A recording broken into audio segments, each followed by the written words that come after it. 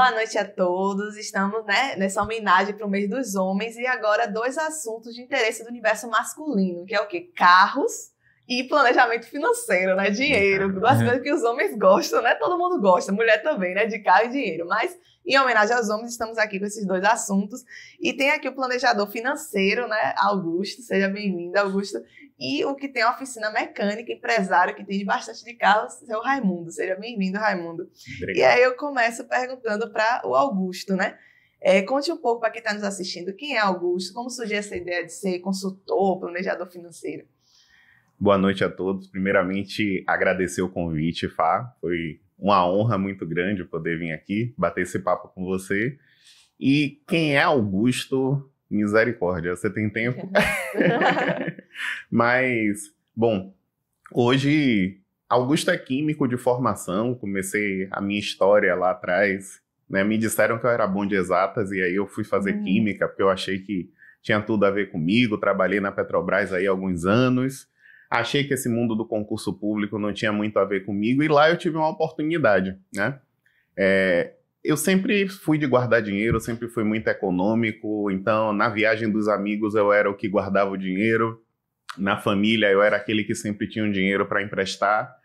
E lá na Petrobras eu tive a oportunidade de conhecer 2 amigos investidores da Bolsa de Valores e eu nunca tinha ouvido falar disso. Surreal, né? Eu tinha quase 30 anos e eu nunca tinha ouvido falar da possibilidade de ganhar dinheiro na Bolsa de Valores. Eu só sabia o que era a Bovespa porque eu via no Jornal Nacional passar a Bovespa subiu, a Bovespa desceu, eu não sabia o que era aquilo. Então, me interessei pelo tema, comecei a estudar sobre e estudei muito, comecei a comprar livros sobre aquele assunto, acabei me aprofundando no tema. Quando eu saí da Petrobras, eu me tornei assessor de investimentos, né? Adquiri algumas outras certificações do mercado financeiro. E aí me tornei assessor de investimentos, trabalhei com isso há alguns anos, me afastei desse mercado, fui para o mercado empresarial, comecei a empreender, tive uma empresa onde eu era gestor financeiro da empresa, então foi outra área que eu estudei bastante sobre, mas senti falta do mercado financeiro, conheci a carreira de planejador da época que eu era assessor, tinha vontade de voltar para essa área, de 2023 para cá, decidi voltar a me dedicar especificamente ao planejamento financeiro, porque eu gosto de ouvir a história das pessoas. Eu acho que como assessor de investimentos, a gente acaba tendo uma visão mais de mercado, do que está acontecendo na Bolsa de Valores, e como planejador financeiro, você se conecta com os sonhos, com os objetivos das pessoas e ajudar elas a organizar aquela história. E aí eu voltei a trabalhar com isso em 2023, e estamos aqui. Planejador financeiro, foi assim que eu vim parar aqui. Mas Augusto, além de tudo, Augusto é pai, Augusto é marido, Augusto é amigo, Augusto é divertido e esse sou eu. E há quanto tempo você trabalha com finanças? Eu trabalho com finanças, então, em 2017, né, profissionalmente eu comecei a trabalhar com finanças, foi quando eu me tornei assessor de investimentos e podemos considerar aí que há 8 anos, né? Sim. E o irmão Raimundo? Se apresente um pouquinho para quem está nos assistindo. Há quanto tempo você é empresário do ramo e há quanto tempo você tem oficina e entende de mecânica? Boa noite, Fá. É um prazer, né, estar aqui com você, compartilhando um pouco, né, desse setor automotivo que é muito extenso. Raimundo nasceu numa pequena vila, né, da cidade de Cachoeira. Vim para Salvador com 17 anos de idade, trabalhar com um tio que tinha uma agência de automóveis, como lavador de carro. Com o tempo, ele mesmo me transferiu, né? Consegui no ramo de autopeças, onde eu fui trabalhar na Jeep Volks Autopeças. Trabalhei durante 4 anos, comecei como office boy e saí como vendedor de peças. Depois eu ingressei no Baratão Autopeças, trabalhei durante 8 anos no Baratão e mais 2 anos fiquei no mesmo setor, né? Em uma loja chamada Evaldo Autopeças. E depois eu fui para o Varejão Autopeças como vendedor. E no Varejão eu trabalhei durante 20 anos. E de vendedor eu fui ser gestor de compras. E de lá, um belo dia, o meu patrão, né, Aguinaldo Santiago, me propôs uma oficina. Ele queria que tinha um ponto comercial na Vasco da Gama e estava fechado. Ele aí me propôs colocar uma oficina do lado da loja do Varejão da Vasco da Gama. Ele me ajudou muito, né, com essa loja e eu fui trabalhar com oficina. E depois de mais 5 anos, nós mudamos de local, né? Estamos hoje próximo a Brasil Gás, ao lado da Sucop. Confiança Centro Automotivo. Finanças e carros está bem ligado, né? Porque é um dos motivos que as pessoas às vezes gastam dinheiro, investem, a gente que troca todo ano. E aí eu te pergunto, qual carro custa menos a manutenção, para não dar dor de cabeça aqui para o Augusto depois com Pelo amor de Deus. Pelo amor de Deus. Hoje, o carro popular, né? Vamos falar de um carro popular que de baixa manutenção é o Mobi da Fiat, né? Depois seguido tem também o Argo. O Argo também é um carro que está muito bom de manutenção. A manutenção também não é cara. E um carro que os homens gostam muito, que é o Corolla, né? Apesar de um carro que é a versão de várias versões, né? Que é o xodó, né? Todo homem quer ter um Corolla, né? Quem é que não quer ter um Corolla? Pois é. Mas é um carro de baixa manutenção. É um carro que um poder de compra, né, muito grande, mas ele é um carro que não dá muito trabalho na manutenção, porque tem Corolla, todo mundo é satisfeito com a manutenção do Corolla. E PVA é bem altinho, né? Nem tanto, né? Vai depender do ano, né? Isso aí depende do ano. Investimento de longo prazo. Né? De longo prazo, E quais carros mais desvalorizam e quais carros mais valorizam na revenda? A Renault, a gente tem o Kwid, né? O Kwid é um carro que tem apresentado uma desvalorização muito grande, né, o Kwid.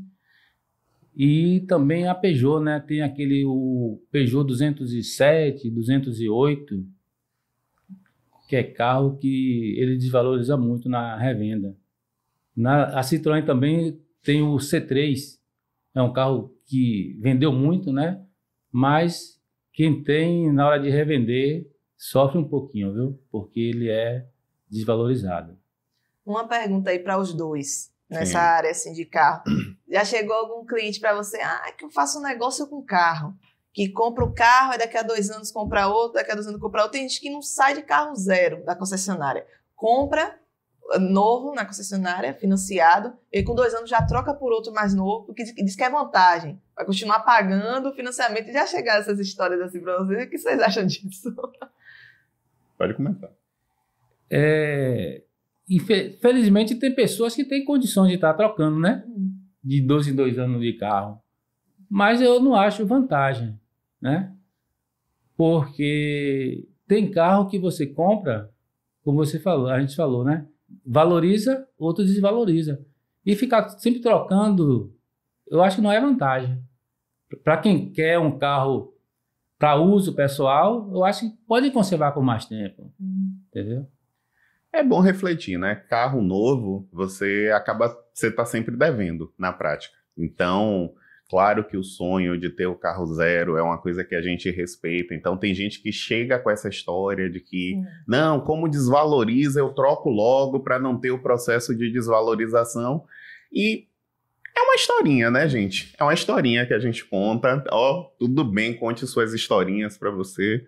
E aceite que você quer ter um carro novo, mas financeiramente falando, você acaba acumulando mais dívidas. Então, eu sempre peço para os meus clientes refletirem se eles precisam mesmo de um carro novo, se eles precisam trocar a cada 2, 3 anos, porque no final das contas, o maior impacto de desvalorização do carro é no primeiro ano, né? Na verdade, assim que ele sai da concessionária, ele tem uma desvalorização muito grande, e depois essa desvalorização é mais gradual, é mais lenta. Então, o carro ali semi-novo, ele entrega o mesmo resultado que um carro novo, basicamente, e com um impacto financeiro bem menor. Então, normalmente eu chamo os clientes para conversar sobre as prioridades, sobre o que é importante. Se existe a possibilidade, se o impacto financeiro de ter um carro novo, ele não é grande, joga duro, tem seu carro novo, cheirinho de novo, tá tudo certo. Mas, se isso vai prejudicar outras áreas da vida, aí é melhor repensar. E vem cá, Augusto, não ensinaram na educação financeira nas escolas. Agora que tem começado a mudar isso, a gente vê uma matéria ou outra ali, uma palestrinha, uma coisa assim. Mas que dicas básicas você daria para quem não sabe nada, vezes nada, de planejamento financeiro e investimentos, e quais seriam os melhores investimentos para os iniciantes? Não, é uma pena, né? Porque a gente não ensinaram realmente nas escolas. E a gente toma decisão financeira o tempo todo. Todo dia a gente toma uma decisão, só que não ensinaram a gente aprende com a vida, a gente aprende com os erros, com as dificuldades. Então é até um contrassenso, né? Você não ser ensinado a lidar com uma coisa que faz parte da rotina, faz parte do cotidiano. Então a primeira dica, a dica básica que eu dou para todo mundo, busque educação. Se informe, leia sobre, estude sobre, vale a pena. Graças a Deus, hoje o acesso à informação está muito mais fácil. Lá atrás, quando eu comecei, 10 anos atrás, a estudar sobre esse tema, não era tão fácil, a internet não estava dotada aí de informações como tem hoje. Então, a primeira dica, busque informação sobre, assista podcasts, leia livros que falam sobre o tema.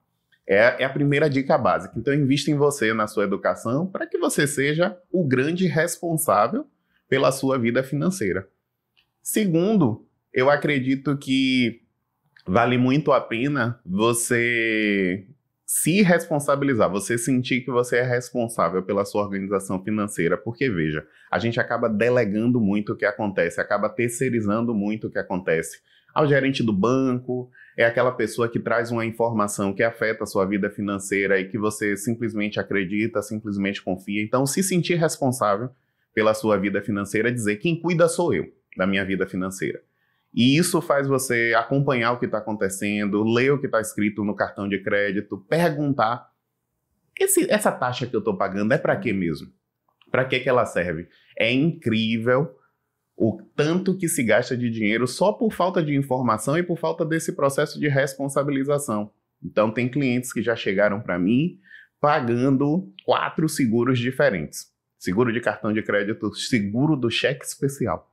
Tipo, eu digo, gente, para que serve um seguro do cheque especial? E a pessoa estava pagando lá, gastando um dinheiro todo mês que eu pedi a ela, questiona para o gerente o que é isso aqui, para que serve? Teve coisa que rendeu um reembolso para ela de R$7 mil. Só de ela perguntar, mas para que serve? Eu sou obrigada a ter isso aqui? Então, quando eu digo se responsabilizar, é nesse sentido de você acompanhar o que está acontecendo na sua vida. E busque ajuda. Tem muita informação na internet hoje, é uma faca de 2 gumes. Tem muita informação boa, tem muita informação positiva e tem muita informação errada também. Então, busque ajuda, busque pessoas em quem você confia para que possa te trazer orientações. Busque um planejador financeiro para que ele possa te ajudar nesse sentido. Por falar em gerente de banco, por que você acha que a maioria das pessoas é conservadora e preferem guardar na poupança dos ditos bancões? E quais vantagens e desvantagens de ter a conta em um banco, né, físico e um banco digital? A Fabíola botando em vespeiro, gente, foi falar mal dos bancos, tadinhos. Eu acho que, a depender da idade da pessoa, tem uma galera aí mais velha, que tem aí 50 anos, que tem uma ferida aí da poupança que aconteceu lá no Plano Collor, que teve aquele bloqueio das poupanças. Então tem gente que tem medo. Sempre que eu sento para conversar com uma pessoa de 50 anos, as pessoas têm um trauma, literalmente, com isso. Foi outro tempo, foi outro momento, foi um contexto econômico, político, de hiperinflação, então um cenário totalmente diferente. Hoje, a gente tem possibilidades de investimento, regulamentação, órgãos que acompanham isso, então esse trauma já é uma coisa que a gente consegue acompanhar que não faz mais sentido.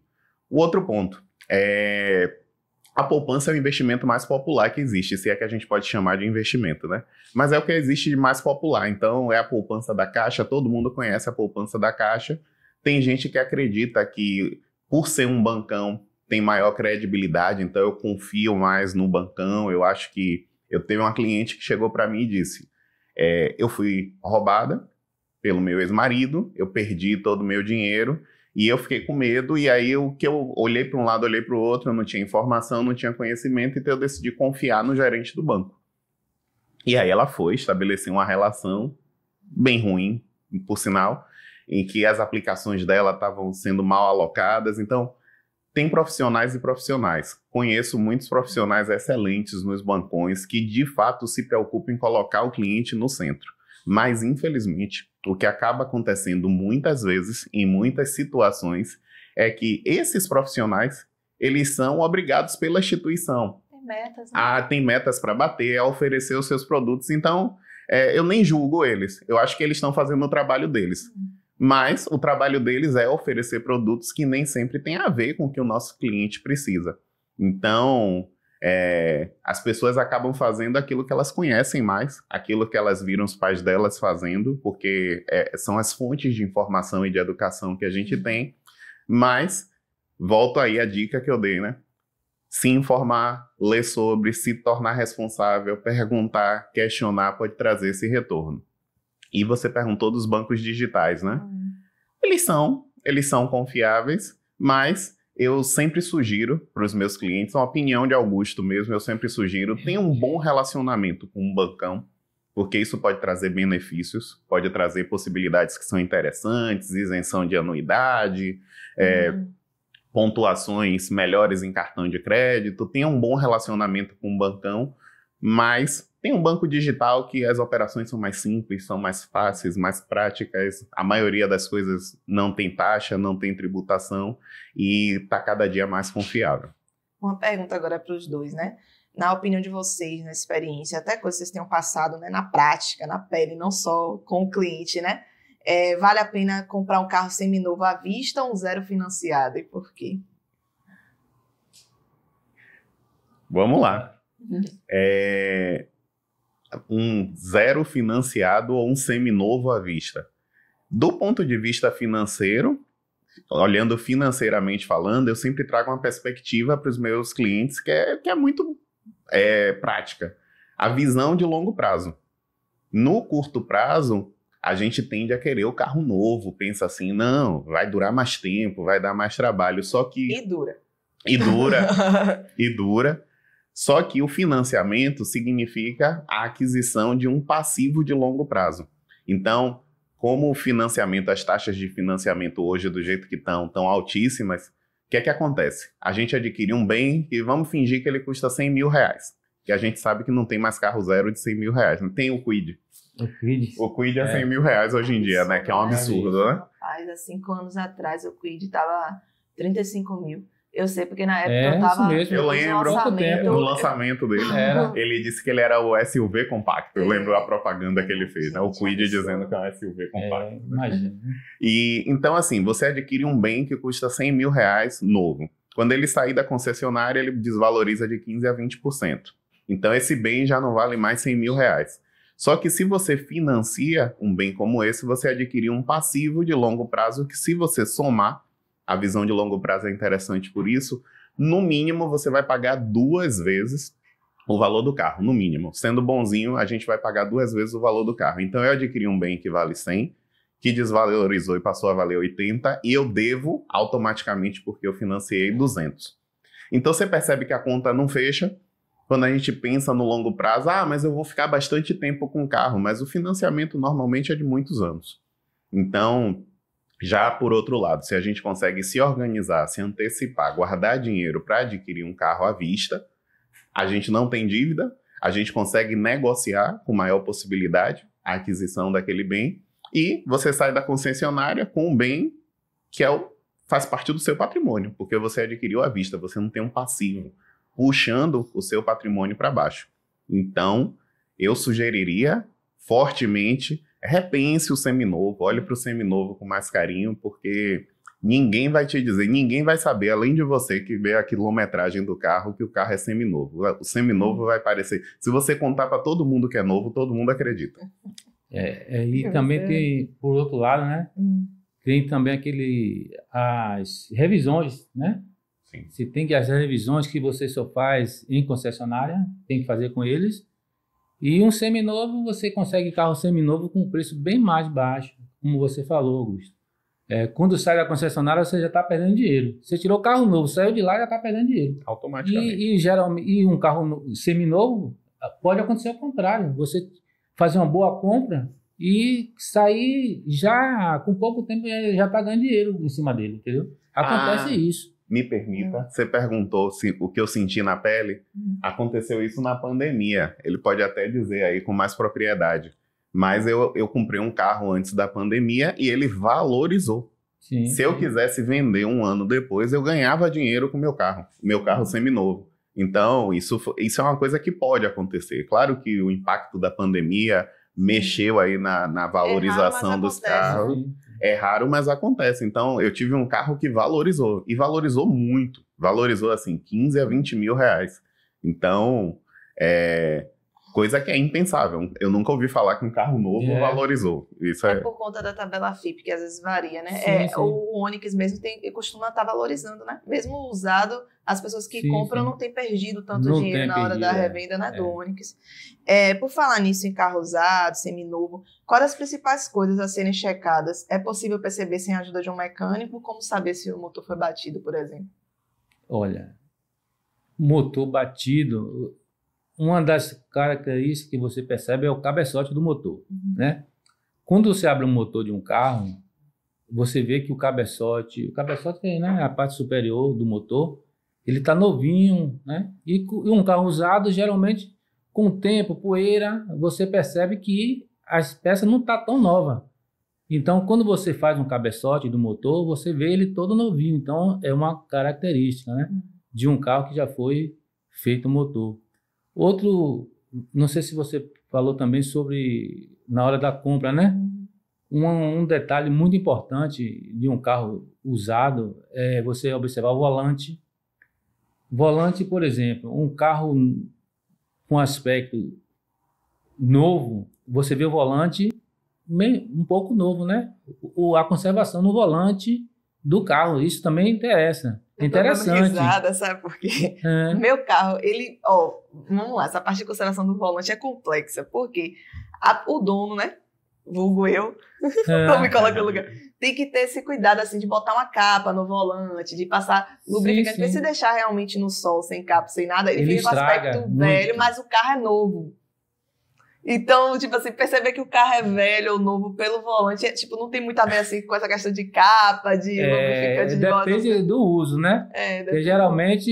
Fica a marca de mão, fica a marca, assim, começa a despelar, e o volante é para ele durar um tempo bom. Plástico. Com qual a quilometragem do seu carro, por exemplo? 40. 40 mil, é raro acontecer isso. Um carro com volante com essa quilometragem, ele começar, né, a estar estragando. Vivendo o pedal também, pedal de freio e acelerador, no caso, o carro, câmbio manual. Você vê o desgaste também, você tem que olhar o desgaste do pedal, entendeu? Então, é uma característica de carro. Quer dizer, você sempre está usando, mas quanto mais usa, mais ele vai desgastando aquela borracha. Então, é bom, você observa também na hora de comprar um carro. E além de outros detalhes, né? Mas o correto, o certo, ou você compra um carro em uma loja de confiança, né? Como tem muitas revendas de carro de confiança na cidade, ou quando você compra na mão de terceiros, você levar na oficina, um mecânico para dar uma olhada. Como nós já pegamos, por exemplo, amigos que, Raimundo, estou comprando um carro, se dá para dar uma olhada? Dá, leva que eu tenho que dar uma olhada. De chegar lá, o carro está com o bloco do motor rachado. Nossa. E ele nem percebeu, entendeu? Então, é coisas que... pequenos detalhes que ele ainda conseguiu devolver o carro. Ele já tinha comprado o carro, tinha comprado, depois que ele comprou, que ele levou para mim olhar o carro. E nós detectamos isso aí. Tem que chamar na hora da compra, né? Antes de comprar, né? E ele, graças a Deus, que o pessoal recebeu o carro de volta. E tem gente que maqueia o carro para vender, né? Tem gente que maqueia o carro todo para vender. E aí, tipo assim, a bomba chiando vai explodir na sua mão um mês depois. Eu tô falando...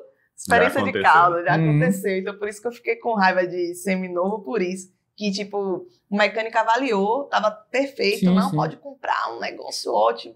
Deu um mês na minha mão, começou o primeiro problema, radiador. Daqui a pouco, ar-condicionado. Beleza, coisa simples. Mas daqui a pouco, começando a entrar água no carro, por algum vazamento. Ou seja, foi tanta coisa que o valor que eu gastei era mais fácil ter comprado um novo. Então, aí depois disso, eu falei, eu não quero mais saber de seminovo por conta desse trauma. Mas já meu pai, irmão, todo mundo na família tem ótimas experiências assim com seminovo, entendeu? Não aconteceu nada disso. Sim, e vale a pena comprar carro de leilão?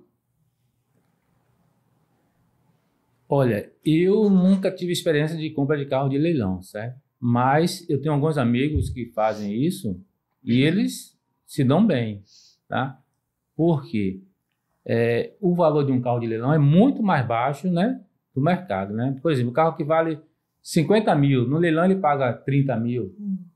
Então eles compram já sabendo que vai gastar um dinheiro para reformar, né? Porque geralmente tem carros que a reforma é pouca, que muitas das vezes hoje tem o leilão por exemplo, de seguradora, concessionária, né? O cara compra o carro, não paga, a concessionária vai lá, a financeira vai lá e toma, apreende, e o cara conservava o carro foi tomado, mas ele não esperava ser tomado, entendeu? Então ele vai para leilão e às vezes você pegando um carro desse, vale a pena comprar, entendeu? E é uma faca de dois gumes, mas muita gente se dá bem com o carro de leilão. Que o mercado, por exemplo, de compra e venda de carro, tem essa restrição. Por exemplo, tem pessoas que não compram carro financeira, não financiam. Se você comprar um carro de leilão, por exemplo, e quiser financiar, eu não consigo financiar. A financeira não aceita. Porque muitos desses carros, às vezes, deu PT, é um risco, né? Um carro que deu PT, o cara compra o carro, mas aquele carro teve um PT. Então fica registrado na seguradora. Então você não consegue nem colocar no seguro, que nem o seguro quer colocar um carro que já foi danificado, já foi dado PT, o cara recuperou o carro, beleza, recuperou, mas o seguro não aceita mais aquele carro. Então é uma bombinha. É uma bombinha que um amigo meu comprou uma Tracker há um tempo atrás e carro perfeito. Mas quando ele foi fazer o seguro do laudo do seguro técnico, reprovou o carro. Reprovou porque o carro já tinha sido PT. E aí ele conseguiu devolver o carro no caso, ele comprou em uma agência de automóvel, né? Devolveu o carro para a agência também recebeu de volta porque ele tinha todas as razões. Porque como é que você vai comprar um carro de um valor, né, de 80 mil e não ter seguro? Então, é muito complicado. Tem que saber comprar, né, realmente. E na hora se você compra para revender, o cuidado tem que ser mais ainda. Quando você compra para usar, é uma coisa. Para revender, já é dobrado. E, Augusto, por falar nesses prejuízos aí com o veículo, as pessoas que usam cartão de crédito para tudo, até para consertar carro, usam cartão de crédito para tudo, para acumular milhas e tal. Tem uma colega no trabalho mesmo que ela fala, rapaz, eu boto até uma bala no cartão de crédito, porque eu viajo com milhas e tal, vale a pena fazer essa jogada ou não? Porque... Vilão ou aliado, né? Olha, o cartão de crédito é mais aliado do que vilão. O problema não é o cartão de crédito, né? A faca, ela é inocente, né? A faca, ela pode ser usada para cortar carne, para tratar comida em casa, mas ela também pode ser usada para fazer uma catástrofe, uma bobagem. O cartão de crédito é a mesma coisa. A ferramenta é inocente. O uso do cartão de crédito é que pode dar uma falsa sensação de que se tem dinheiro, que é o que acontece com muitas pessoas. A pessoa acredita que o que ela ganha mais o limite do cartão de crédito é a extensão do dinheiro que ela tem. E, infelizmente, muitas vezes os bancos dão muito mais crédito do que você tem capacidade de administrar. Então, as pessoas acabam se atrapalhando. Parcela tudo o que acontece, joga para frente, depois vê, e aí você não tem aquele controle. A falta de controle é a falta de clareza que pode te prejudicar e te atrapalhar. Mas se você acompanha quanto você está gastando com cada uma das coisas, se você sabe que, eu tenho uma meta para gastar com compras.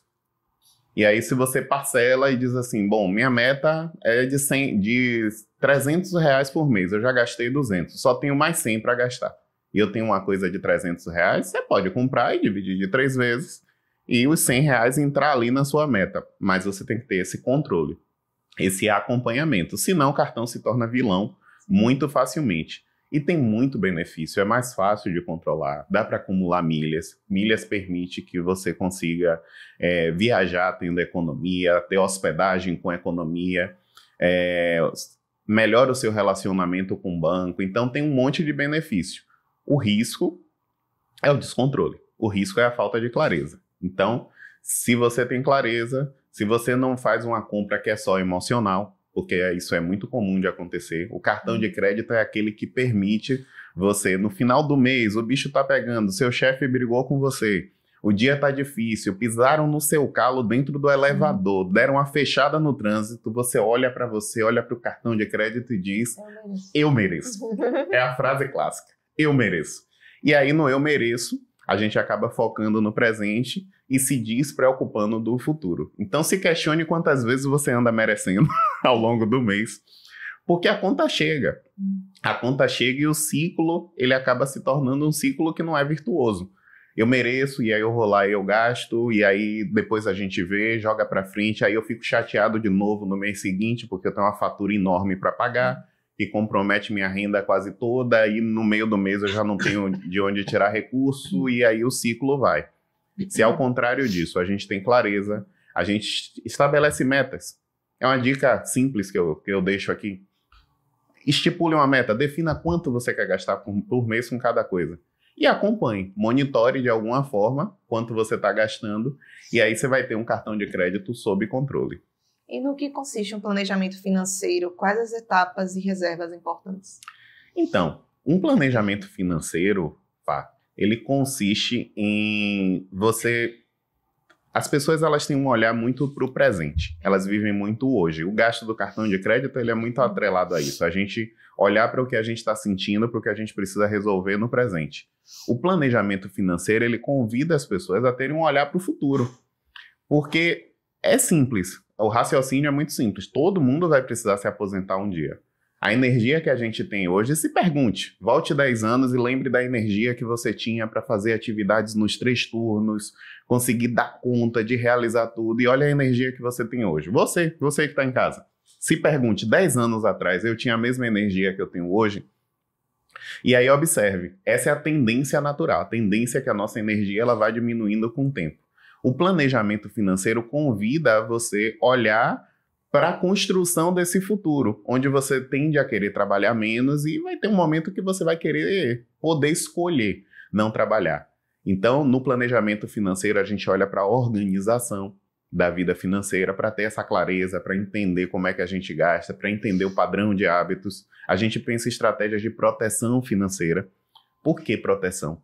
Porque às vezes a gente arruma a casa, organiza, mas acontecem coisas o tempo todo. Acontecem situações, acontecem doenças, acontecem acidentes, acontecem imprevistos que fazem a gente ter que ter um gasto que a gente não tinha se programado.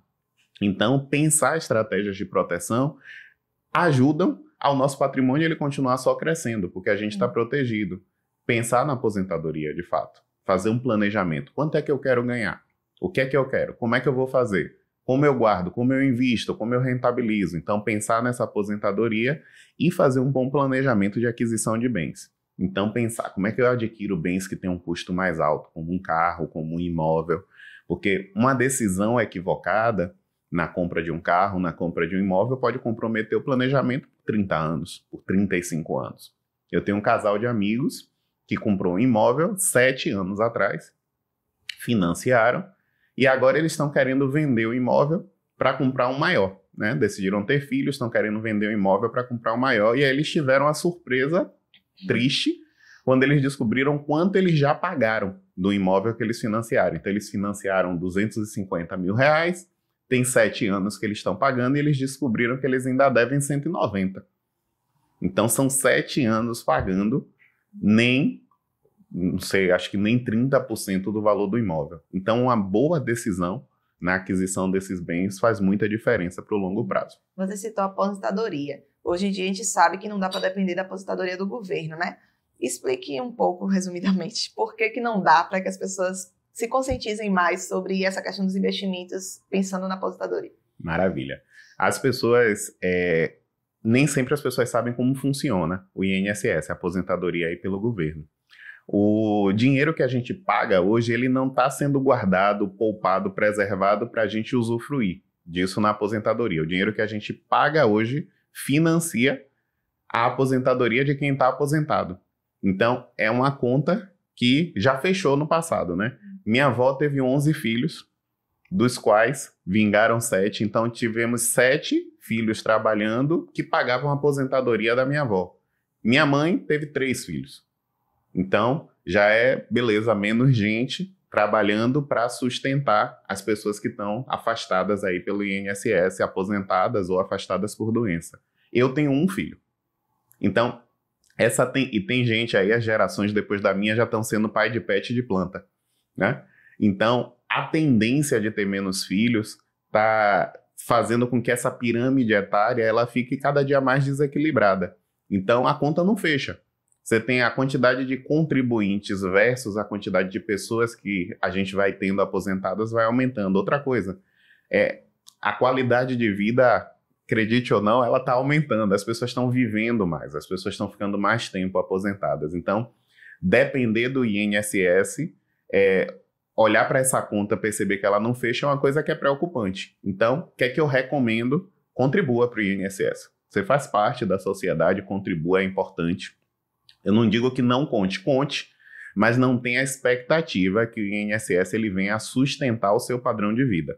E aí, quando eu convido para olhar para a aposentadoria, é parar e pensar, qual é o padrão de vida que eu quero ter? Eu quero ter dignidade lá na minha aposentadoria? Olhe pessoas que você conhece e que já tiveram dificuldades, que tiveram a vida inteira tendo um padrão de vida X, mas que na hora da aposentadoria tiveram a surpresa que iam ganhar metade do que elas ganhavam anteriormente e tiveram que ter um corte drástico aí no padrão de vida. Então, olhe para isso, porque isso normalmente serve de incentivo para você escolher hoje, construir essa aposentadoria que você quer ter. Construir. Então, eu faço uma brincadeira que é assim, com os meus clientes.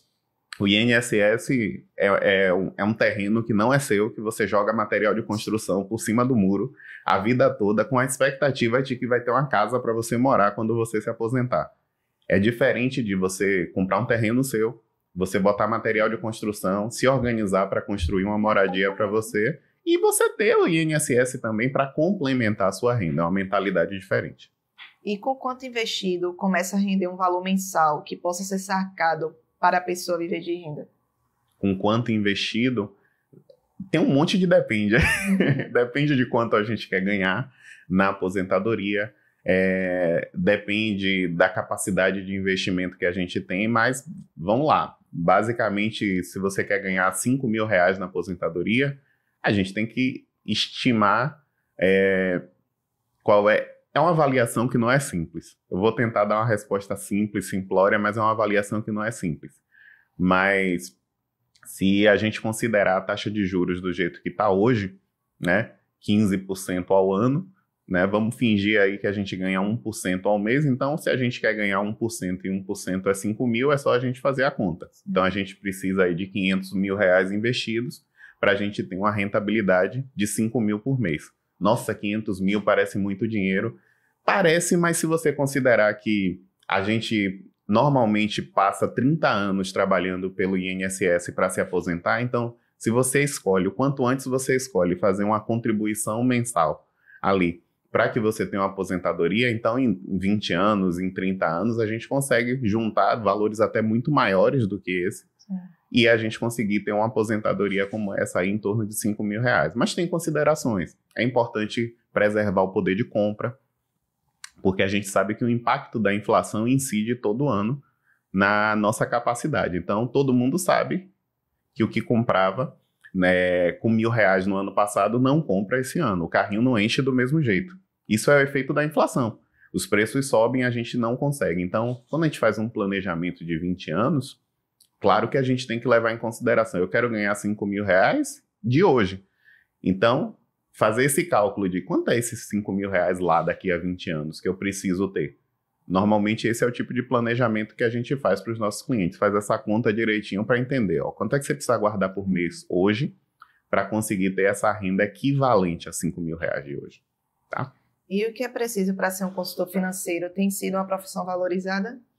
Tem sido. Quando eu comecei 10 anos atrás, era bem menos popular. Eu acho que já estava num boom de crescimento, trabalhar no mercado financeiro, já não era tão ilustre e desconhecido. Eu tenho visto isso crescer bastante, tem sido mais comum eu entrar em contato com as pessoas e perceber que elas conhecem a profissão, já tiveram um consultor, já tiveram contato com algum. E hoje, para ser consultor, precisa estudar, precisa de muita educação. É interessante que a gente tenha bastante conhecimento sobre o mercado financeiro. Tem muitas certificações disponíveis no mercado que qualificam, habilitam a gente a trabalhar no mercado financeiro. Então, começa ali pelo CPA 10, pelo CPA 20, que são certificações relativamente mais simples, mas que trazem uma visão sobre o mercado financeiro. E aí, se filiar a uma instituição que tem uma metodologia de trabalho, que possa oferecer ali uma formação de acordo com essa metodologia para que você consiga atuar. Retomando para o irmão Raimundo, né, sobre essa questão dos veículos, né? Carro automático ou manual? E a combustão elétrico ou híbrido? Quais seriam os melhores? Carro manual ou automático. A tendência hoje no mercado, né, há 10 anos atrás, carro automático era raros, né? A maioria era manual. Mas hoje, o carro automático entrou com muita força, né? E hoje todas as montadoras, você vê que já tem carro automático. E é um carro que as pessoas que nunca dirigiam um carro automático acham que é um bicho até de 7 cabeças. Mas é muito mais prático de dirigir, principalmente para as mulheres, né? As mulheres que têm aquele problema de meia embreagem, né? Muitas, né? Nem todas, mas é o bicho papão, né? Do volante, do motorista, era a meia embreagem. E o carro automático você elimina a meia embreagem. Então é muito mais prático você dirigir um carro automático. Eu gosto de carro manual. Eu particularmente, eu gosto de passar a marcha, entendeu? Então o carro, para mim... Mas é diferente. É diferente. Você passar a marcha, você sente... Sentir o motor... você sente o motor, né? Até para arrancar e tudo, você... É diferente de você dirigir um carro... ultrapassar. Né? Um carro manual. Mas a tendência é carro automático está bem na frente. Sim, combustão certo? elétrica ou híbrido? Olha, eu acho que carro elétrico, né? A tendência do mercado hoje, atualmente, ele entrou com muita força, mas não sei o que vai acontecer daqui a 10 anos com esses carros. O né? mecânico fala isso. Você vai ficar preso à concessionária porque a garantia dele, eles estão estendendo a garantia, acho que é 5 anos. Então, você não pode fazer nada fora da concessionária, você vai ficar preso à concessionária. E tem aquele lance de você, quem gosta de viajar, por exemplo. Existe muita cidade aí que não tem carregamento para carro elétrico ainda, né? E o carro híbrido, não. Você pode viajar mais tranquilo, apesar de que o carro automático não polui, né, o meio ambiente, mas eu acho que a tendência do mercado, eu acho que daqui a 10 anos a gente vai ver o resultado de tudo isso, né? Como já vi em algumas entrevistas que na China, por exemplo, já tem assim, cemitério de carro elétrico. Né? Sim. E a bateria desse carro é muito cara. A desvalorização desse carro vai ser muito grande. Eu não aconselho realmente entrar nessa de carro elétrico ainda não. E o que faz o carro gastar mais gasolina? Tem gente que diz que usar o tempo todo no ar-condicionado ligado gasta mais. Isso é verdade ou se chama economia de palito? Eu acho que é economia de palito, né? Por quê? A gente vê que se você está com o carro em movimento, a rotação dele tá alta, né? Então, o ar do motor ele não vai fazer diferença. Né? Por exemplo, quem vai viajar, aí o cara, não, vou desligar o ar para economizar energia, combustível. Mas ele abre os vidros, termina o carro gastando mais, porque o vento começa a entrar no carro e não é a mesma coisa dos vidros fechados. Então, eu acho que é uma economia de palito essa ideia de não ligar o ar para economizar combustível. E quais os riscos de andar com carro rebaixado e que prejuízo o dono pode vir a ter? Existem duas questões, né? Existe carro rebaixado, feito rebaixamento por profissionais, né? Que aqui em Salvador tem um profissional que realmente trabalha com rebaixamento de carro. O que eles trocam? Ele coloca um amortecedor adequado para aquele rebaixamento, uma mola espiral para aquele rebaixamento, mas tem aqueles que acham que rebaixar carro é só cortar a mola, né? Ele diminui a mola do carro e rebaixa o carro. Só que o amortecedor, ele não trocou o amortecedor. Então, o que vai acontecer? Ele vai estragar com facilidade os amortecedores do carro. Sem falar de que, né? Buraco, quebra-mola e por aí vai. É prejuízo. Quem quer rebaixar carro, tudo bem. Agora, faça com um profissional da área de rebaixamento, para não tomar muito prejuízo. E carro com GNV vale a pena? Geralmente enfraquece na subida de ladeiras ou isso é só com de motor 1.0? E além dos riscos maiores, né, de uma explosão, inclusive eu conheço uma história de uma pessoa que tinha um carro a gás e que numa batida simples o carro explodiu. Por sorte ela conseguiu sair, mas assim, uma batida que em outro carro sem ser a gás não teria acontecido, aquela explosão. Aí, você acha que isso é raro de acontecer, né? Porque carro a gás, eu já tive carro a gás, e hoje eu não aconselho quem tem um carro particular, para uso particular, colocar gás, certo? Por quê? O desgaste é maior. O gás é um líquido, não é, para começar, no passado a Fiat ainda lançou um carro a gás, que foi o Gran Siena, que já saía de fábrica com gás. Mas, quando você coloca gás no carro, você está colocando algo estranho, um corpo estranho, né, no carro, porque ele não foi feito para andar com gás. Então, o que acontece? Existe o desgaste, o carro a gás desgasta mais vela, cabo de vela, sem falar no cabeçote do motor. O gás, ele não é líquido, né? E o cabeçote foi feito para trabalhar com combustível. Então, o gás estraga o cabeçote.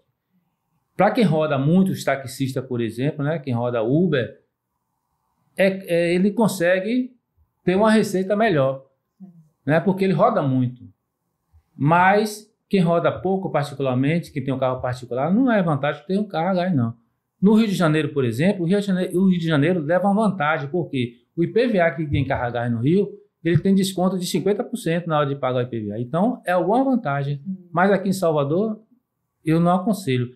E, realmente, um carro 1.0 a gás, ele fica fraco. Quando você sobe ladeira com ar-condicionado ligado, principalmente, você sente o carro mais fraco. Isso aí é verdade. E o que pode prolongar o tempo de vida útil do carro? De um carro em geral, qualquer carro. Manutenção preventiva. Porque, infelizmente, as pessoas só fazem manutenção corretiva, né? Só vai para a oficina quando o carro está com algum problema. Mas é necessário que você tenha cuidado, né? Sempre ter cuidado antes que aconteça, né, o problema. Muitas vezes as pessoas ficam na rua, quebram o carro na rua, porque não fez uma manutenção preventiva. Então, a manutenção preventiva é muito interessante. Deixa o endereço aí de sua oficina para quem estiver procurando. A gente está ali na Avenida Cardeal, Avelar Brandão Vilela, né? Número 2813. Ela fica ao lado do CEMOP, aquele órgão da prefeitura, CEMOP, próximo a Brasil Gás. Agradeço a participação dos dois, estamos nos nossos momentos finais. E nesse momento eu pergunto para vocês um testemunho de algo que Deus fez em suas vidas. Pode começar pelo senhor. Eu sou grato a Deus, né, por tudo que Ele tem feito, né, pela família. Tenho 2 filhos, Lucas e a Jamile, a Marise, minha esposa, que nós somos casados já há 43 anos, para a glória de Deus. E existem vários momentos, eu vou falar só 2, né, que foi muito marcante na minha vida. A primeira foi quando eu fiz um encontro de casais com Cristo, né, há mais de 30 anos atrás. Eu não servia ao Senhor, não era convertido.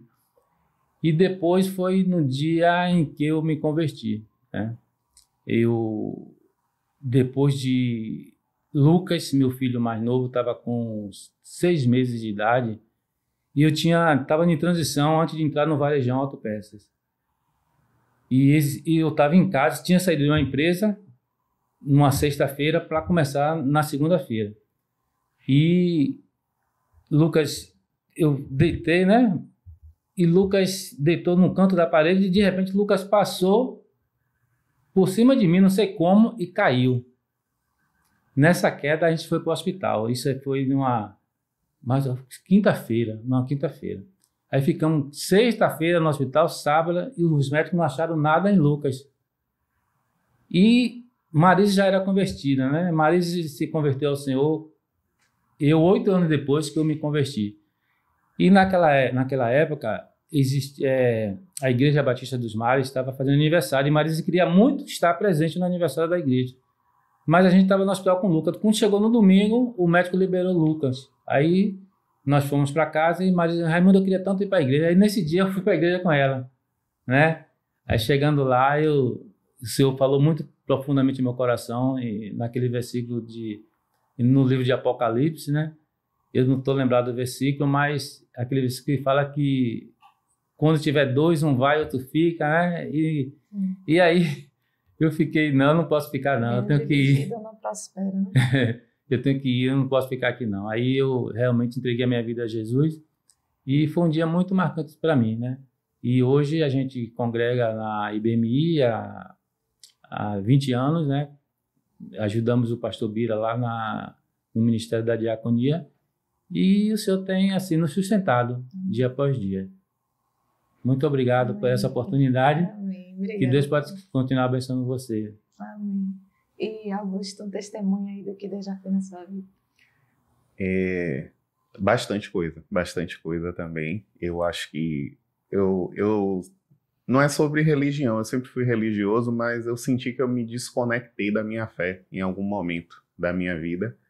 E quando você volta o olhar, eu vou contar um episódio recente que aconteceu, que é quando você tem atenção. Eu acho que quando você se conecta com a sua fé, acredita que o que está acontecendo é para o seu bem, é melhor para você, vai te trazer a oportunidade de aprendizado, de crescimento, que tem uma inteligência suprema que sabe de todas as coisas e que você pode não entender o que é que está acontecendo, mas o que está acontecendo vai trazer alguma coisa, vai te trazer algum aprendizado. E numa dessas eu estava passando por um momento difícil, eu estava em dúvida, estava finalizando a empresa que eu tinha, né, o trabalho ali, engrenando nesse trabalho de consultor financeiro, e aí eu fiquei conversando, né, eu converso com Deus, eu não oro, eu não ajoelho, eu não tenho um padrão, eu bato papo com ele, eu digo Deus, me orienta, será que esse caminho é o caminho certo? Será que o que eu estou fazendo faz sentido? E parece brincadeira, mas eu acredito bastante que é um milagre, tipo, no mesmo dia, uma pessoa entrou lá em casa e falou comigo da empresa que eu trabalho hoje, que é a W1 Consultoria, e ela falou comigo, olha, eu estou trabalhando numa empresa que eu achei a sua cara. Lembrei de você é consultor financeiro, você trabalha com isso, e eu acho que pode te ajudar bastante.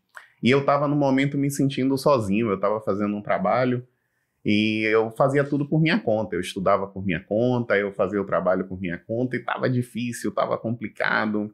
Você prospecta, você atende, você busca informação.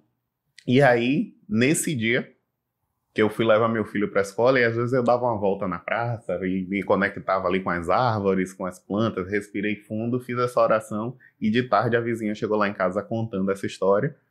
Aí eu ouvi aquilo, eu brinco assim, eu digo, é isso? Eu dou aquela olhada para cima e, de fato, foi uma oportunidade para mim que virou bastante o jogo. Eu acelerei muito minha carreira como planejador financeiro. Eu acho que eu alcancei muito mais pessoas devido a essa possibilidade que se apresentou e que, para mim, foi uma resposta. Eu acho que quando a gente está atento, quando a gente está com os olhos e os ouvidos atentos, a gente percebe as oportunidades que são oferecidas o tempo todo. Abrir os olhos e os ouvidos, porque as oportunidades elas estão aí o tempo todo esperando para serem aproveitadas. Amém. Obrigada a vocês dois pela participação. Espero que quem está em casa tenha aprendido hoje bastante sobre planejamento financeiro e sobre veículos. Fiquem todos com Deus e até a próxima.